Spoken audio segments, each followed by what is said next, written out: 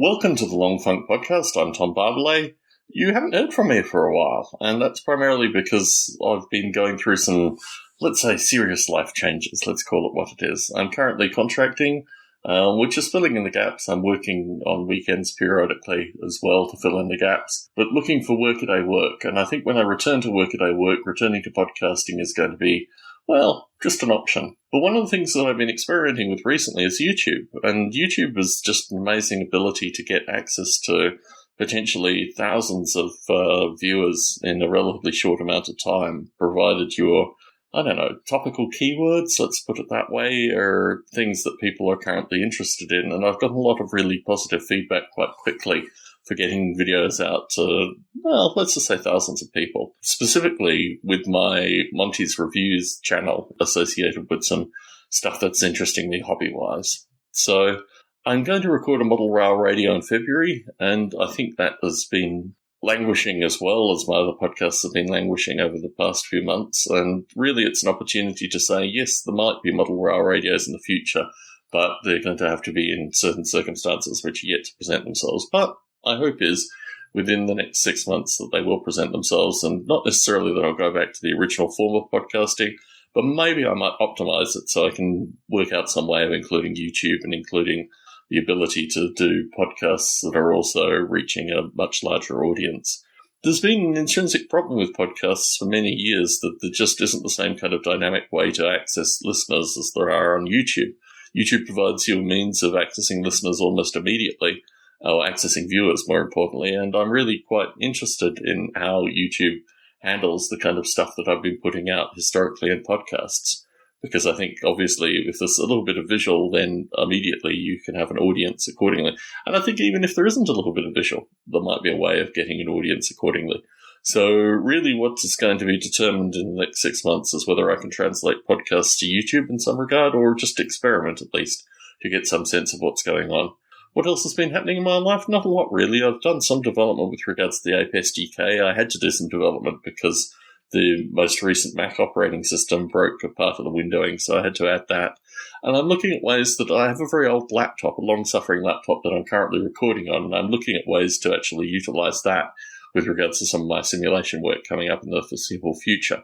So stay tuned on that front. I don't know what's actually going to be happening with the Ape SDK in the long run. It's one of these things that, unlike my podcasts, unlike my books, thankfully, my open source work may be judged by an employer in the future to be something that I shouldn't be working on. So we'll have to wait and see what happens with regards to the future in this thing. But I've realized a series of things actually over the past few months that I've just not necessarily taken for granted the life that I had previously, but it was just something that I didn't really think too much about. I just got on with my life.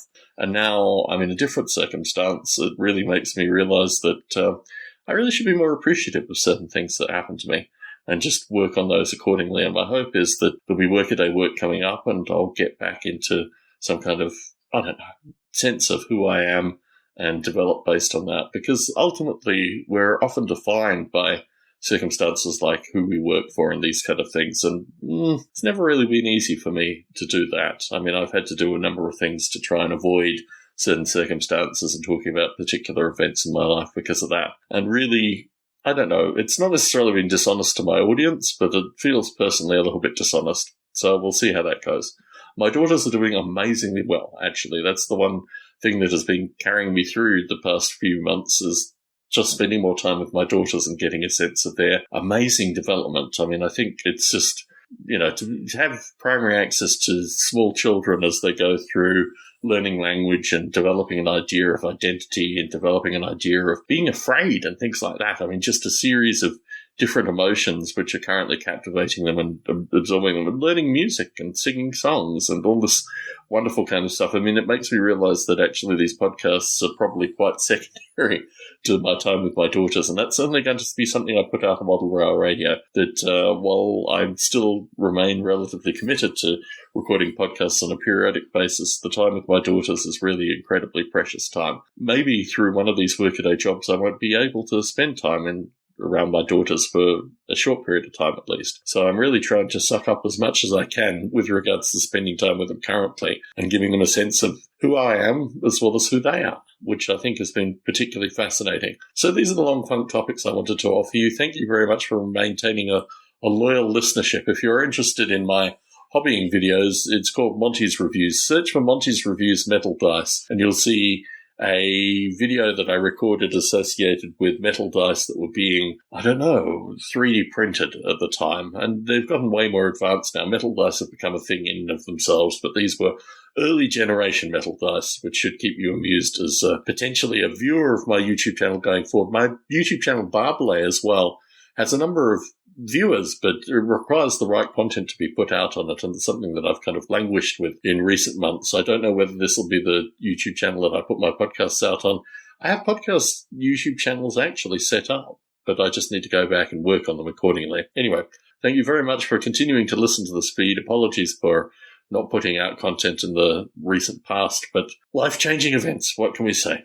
Tom Barbley, Las Vegas, Nevada, signing out.